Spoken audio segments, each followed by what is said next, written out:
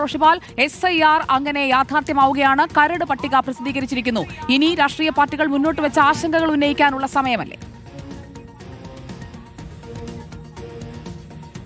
സുജയ, സംസ്ഥാനത്ത് SIR പൂർത്തിയാക്കിയിരിക്കുന്നു. നേരത്തെ രാഷ്ട്രീയ പാർട്ടി പ്രതിനിധികൾ ഉയർത്തിയ ആശങ്കകൾ അതിനനുസരിച്ച് മറ്റ് പരിഹരിക്കാനുള്ള നടപടികളും സംസ്ഥാനത്തെ തെരഞ്ഞെടുപ്പ് ചുമതലയുള്ള മുഖ്യ തെരഞ്ഞെടുപ്പ് ഓഫീസർ നടത്തിയിരുന്നു.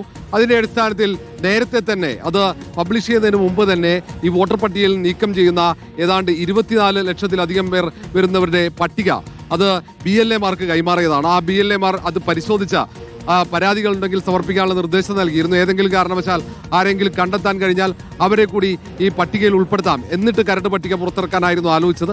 ഏതായാലും അത് കഴിഞ്ഞിരിക്കുന്നു. ആദ്യഘട്ടത്തിൽ ഏതാണ്ട് 25 ലക്ഷത്തിന് അടുത്തുണ്ടായിരുന്നു. പക്ഷേ അതിനുശേഷം ഈ BLA മാർക്ക് പട്ടിക കൊടുത്തതിന് ശേഷം അവർ കുറച്ചുപേരെങ്കിലും കണ്ടെത്തിയിട്ടുണ്ട്. കാരണം ഇപ്പോൾ പുറത്തുവിട്ട കണക്ക് പ്രകാരം ആളുകളുടെ എണ്ണം കുറഞ്ഞിട്ടുണ്ട്. പുറത്തായ ആളുകളുടെ എണ്ണം 24,08,503 കുറഞ്ഞിട്ടുണ്ട്. ഏതായാലും ഇനി ഇവരെ കണ്ടെത്താം. അത് BLA മാർക്ക് രാഷ്ട്രീയ പാർട്ടി പ്രതിനിധികൾക്ക് കണ്ടെത്തിക്കഴിഞ്ഞ് അവരെ കൊണ്ട് പുതിയ അപേക്ഷാ ഫോറം നൽകാനുള്ള സമയമുണ്ട്. മറ്റാർക്കെങ്കിലും പരാതികളുണ്ടെങ്കിൽ ആ പരാതി സമർപ്പിക്കാനുള്ള സമയമുണ്ട്. ഫെബ്രുവരി 21 വരെ സമയമുണ്ട്. ആ സമയത്തിനകം തന്നെ പുതുതായി അപേക്ഷ നൽകാനുള്ള സമയമൊക്കെയുണ്ട്. അതുകൊണ്ട് ആർക്കും ആശങ്ക വേണ്ടതില്ല എന്നാണ് തെരഞ്ഞെടുപ്പ് കമ്മീഷൻ പറയുന്നത്.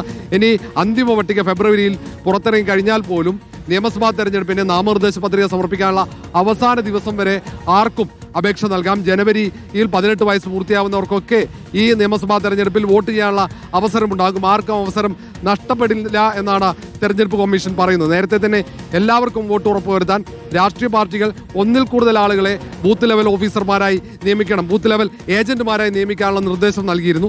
ആ ഘട്ടത്തിൽ തദ്ദേശ തെരഞ്ഞെടുപ്പ് കാരണം അങ്ങനെ രാഷ്ട്രീയ പാർട്ടികൾക്ക് നിയമിക്കാൻ കഴിഞ്ഞില്ല. പിന്നീട് തദ്ദേശ തെരഞ്ഞെടുപ്പ് കഴിഞ്ഞ ശേഷമാണ് രാഷ്ട്രീയ പാർട്ടികൾ SIRൽ സജീവമായി ഇടപെട്ടത്. ഇനി ഏതായാലും പട്ടിക പുറത്തിറങ്ങിയ സാഹചര്യത്തിൽ അത് പരിശോധിച്ച് പരാതികൾ ആ രാഷ്ട്രീയ പാർട്ടികൾ സമർപ്പിക്കും. എല്ലാ ശനിയാഴ്ചയും ഇനിയും ഈ യോഗം തുടരും.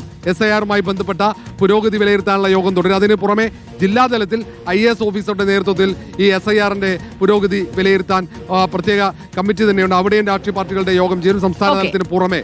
സുജയ, റോഷിപാലാണ് വിവരങ്ങൾ നൽകിയത്. SIRന്റെ കരട് പട്ടിക അങ്ങനെ പ്രസിദ്ധീകരിച്ചിരിക്കുകയാണ്. ഇനി പരാതികളുടെയും പരിഭവങ്ങളുടെയും ഒക്കെ പ്രതികരണങ്ങളായിരിക്കും വരും മണിക്കൂറിൽ വരാൻ പോകുന്നത്.